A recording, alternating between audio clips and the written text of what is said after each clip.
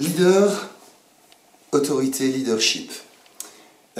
Autour de ces trois mots, on peut évoquer ce qui se joue à un moment donné du côté d'une influence significative au sein d'un groupe. Le leader, quand on parle de leader, on parle d'un rôle qui est joué, on sait en psychologie, en sociologie. Un rôle, c'est une activité ou un comportement qui est celui d'un individu à un moment donné au sein d'un collectif, au sein d'un groupe. Le leader, qui peut être un leader stable, qui peut être un leader formel, je ne sais pas, un responsable de formation, un manager de proximité, un cadre, un responsable associatif. On l'identifie, on le repère, il est dans un organigramme, mais ce leader peut être tout à fait informel. Et cette position de leader peut être une position changeante. Le leader, c'est celui qui influence, c'est celui qui entraîne, c'est celui qui emmène à un moment donné un groupe vers un but ou vers une résolution de son problème. On distingue les leaders centrés sur la tâche à accomplir et les leaders centrés sur le groupe. Donc centré sur la production ou centré sur la dimension relationnelle. Je peux être leader à un moment donné et plus du tout à un autre. Cette personnalité de leader a à voir avec le concept d'autorité.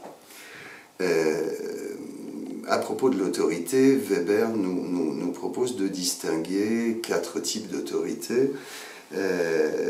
L'autorité dite légitime, celle qui est du côté du pouvoir autorisé, conforme à une tradition ou exercée en fonction d'un certain statut social. Deuxième type de leader, c'est le leader rationnel légal. On est dans quelque chose qui est conforme à une procédure, à un protocole, à une loi, et qui est exercé en fonction d'une compétence. Le troisième type d'autorité, pour Weber, c'est l'autorité charismatique. On est du côté d'une personnalité qui influence, qui entraîne, et c'est l'humour, la séduction, les traits de personnalité qui vont fonder cette autorité. Je parlais de 4 types d'autorité parce que, en réalité, j'emprunte également à Roger Mucchielli, qui lui, de son côté, distingue 4 types de leader. Le leader,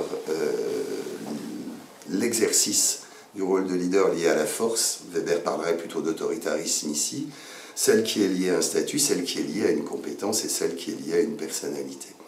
Voilà pour le rôle de leader, voilà pour l'autorité. Un mot sur le leadership. Quand on parle de leadership, on parle là, cette fois-ci, de la façon d'exercer ce rôle de leader. Et là, c'est sans doute la référence à Lewin qui s'impose. Lewin qui évoque 3 types de leadership dans des expériences qui ont fait date.